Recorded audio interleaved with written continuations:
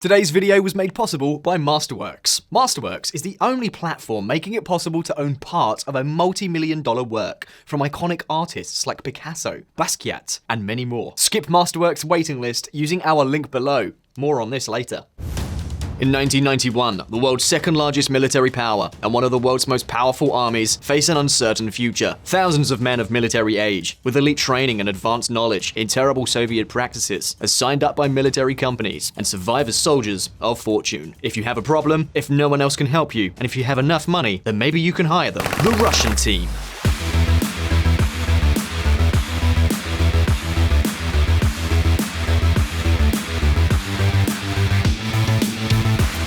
But VisualPolitik fans, don't think for a second that we are exaggerating. Around the globe, there are currently dozens and dozens of military force companies operating in international conflicts, especially in Africa. They are the so-called PMC, private military companies. And no, we are not referring to the guards that you find in shopping malls or the neighborhood watch service that you have contracted. We are talking about real organizations of soldiers with advanced military training and equipment who are hired out for money. Want to know more about the unknown world of private armies? Well, let's get started.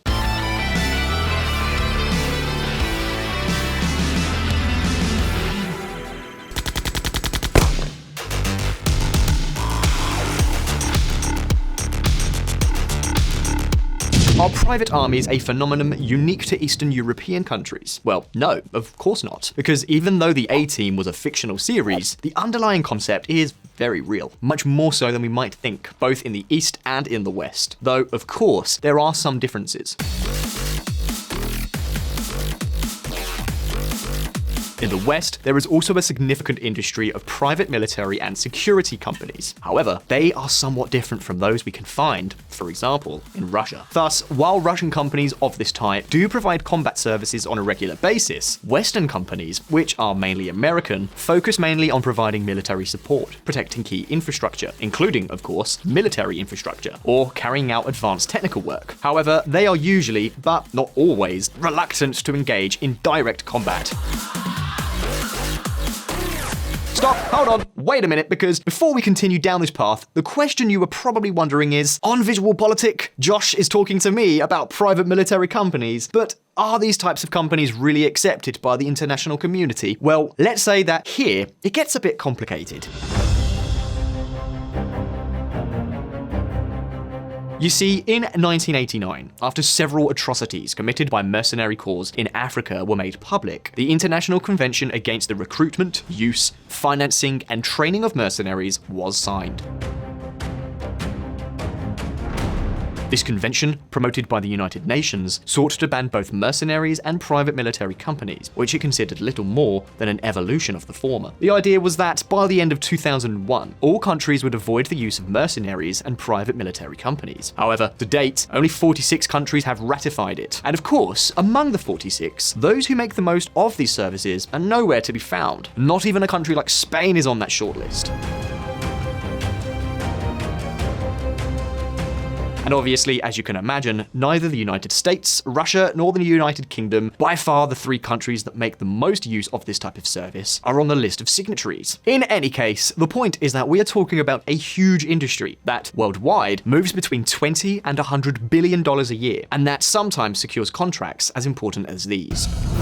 In Afghanistan, over $100 billion spent on military contracts. A Bloomberg report noted that in April 2021, 16,832 workers were employed by contractors in Afghanistan, with 6,147 of them being US citizens. That was more than double the remaining 2,500 US troops at the time. Yes, it might come as a surprise, but the use of military units is much more common than we might think at first glance. Companies, mainly from the United States and Russia, that then in turn subcontract in many cases or set up local companies in the field of operations. The outcome of all of this is that if you need an elite corps to protect a facility, if you need a team to provide advanced military training, if you need intelligence work, enemy agent location, radar control, advanced missile management, whatever, just pick up the phone and ask for a quote. Well, it's not that simple, but you get my point.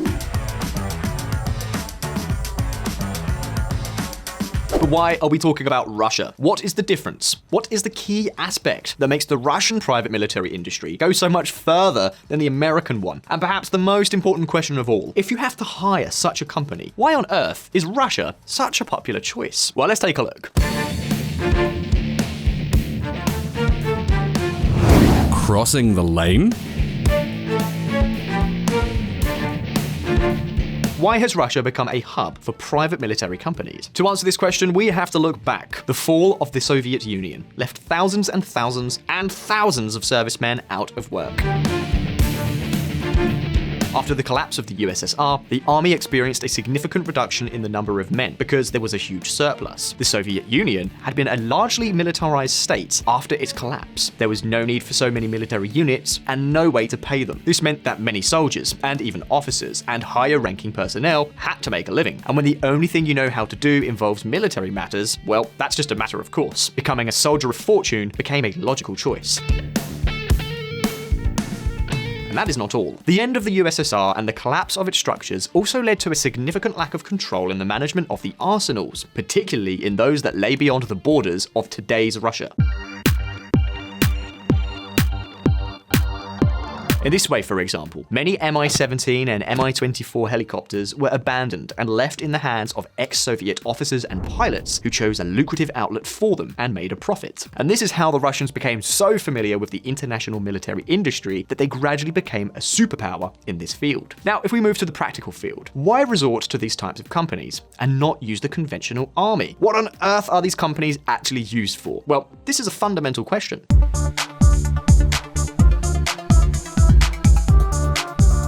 You see, in the case of American companies, the most accepted answer is efficiency. In some respects, these companies managed to substantially reduce the operating costs of national armies thanks to their specialization in very specific areas. For example, there are companies specialized in the protection of military airfields, others in the security of perimeters in confined war zones, others in the control of checkpoints. In some cases, they even provide services that many armies themselves are not prepared to perform. This is something we saw, for example, in Afghanistan. The withdrawal of these private companies made the Afghan Air Force practically inoperative.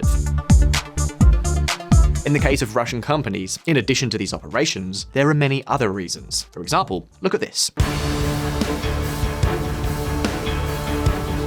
Yes, I know, we have talked many times about the little green men in Ukraine, and during the invasion of eastern Ukraine and Crimea, many media outlets said that they were Russian soldiers. And, well, the truth is, yes and no at the same time. Russian soldiers were on the ground, almost certainly. It's likely all were in service of the Kremlin. But it is more likely that many of those units that assaulted eastern Ukraine were part of military service companies contracted by the Russian government itself or close to it. Which means that, yes, Vladimir Putin may not be lying, at least not technically, when he says that the Russian army did not invade Ukraine, which, as you can see, does not mean that Russia did not invade Ukraine. Subtle shades of meaning. In this way, the intentions and the result can be the same, although no one can be 100% sure of the authorship. We have to settle for 99%. And believe me, in the political arena, this is a huge difference. The thing is that Russia has a long history of using both private military companies and mercenaries in its history of military conflicts. The most notorious, for example, is the Vostok Battalion, formed by Chechen warlord Sulim Yamadeyev in 1999, at the beginning of the Second Chechen War. Later, this battalion would also participate in the war in Georgia between 2007 and 2008, and more recently in Ukraine, where it has been renamed, in some cases, as the Donbass Battalion. The point is that the methods used by this battalion are so brutal that not even Russia openly accepts its relationship with them. The Russian government is content to say that, well, they are simply local volunteers supporting their cause. You know, altruism taken to the extreme. All for the motherland, Russia. Which really means all for Uncle Sam's banknotes.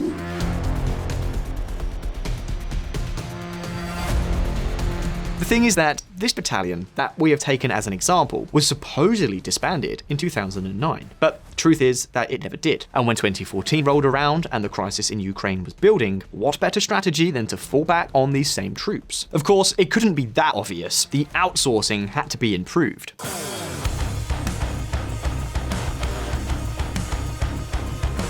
To achieve this, the Russian government prevented the battalion from having too many units linked to the conflicts in Chechnya and Georgia. Thus, while the heart of the so-called Donbass unit was made up of experienced Chechen mercenaries, the bulk of the corps was made up of separatist fighters from Donetsk who had been recruited earlier. And of course, it wasn't just the combat units. With supplies, weapons, and other specialized services, the operation was very similar.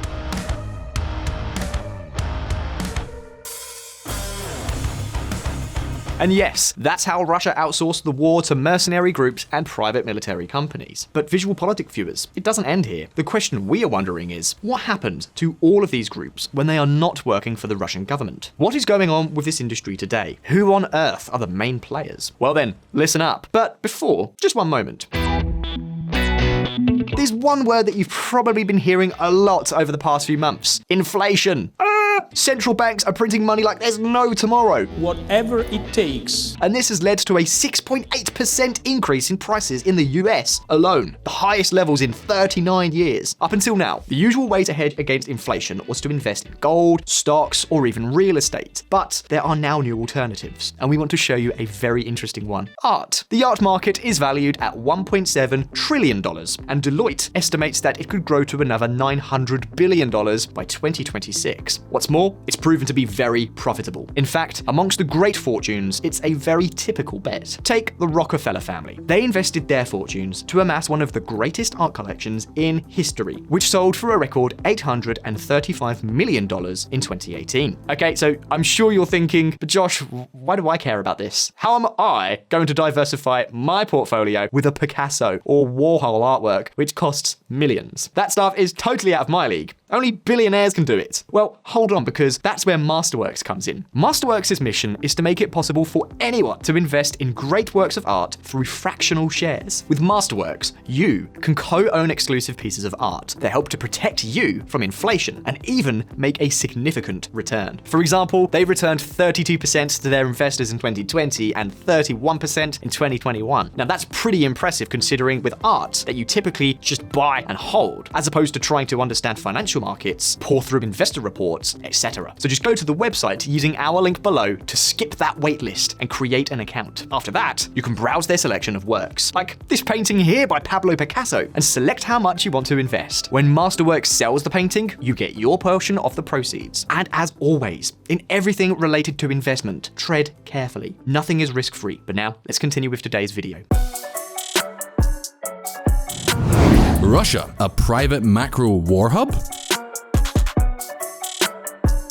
Let's start with a question. How many private military companies do you think there are in Russia? 1, 2, 3, maybe 5? It is estimated that in total, we are talking between 10 and 20 companies of this type being registered. Registered, of course, in a variety of ways, because legal, as such, they are not. Although the government itself is a good client. In any case, most of them are registered as conventional security companies. Of course, there is nothing much conventional about them. And not surprisingly, some stand out more than others, and many are specialized in very specific fields.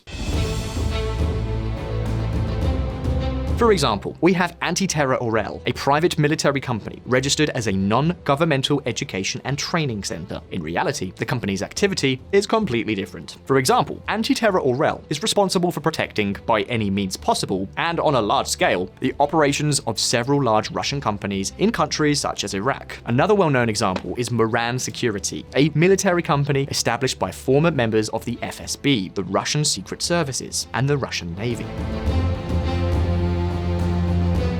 This company, Moran Security, for example, states on its website that it's dedicated to escorting ships and recovering hijacked vessels. One of its best-known operations was the rescue of a United Arab Emirates ship hijacked in 1999 by Sudanese. But that's not all.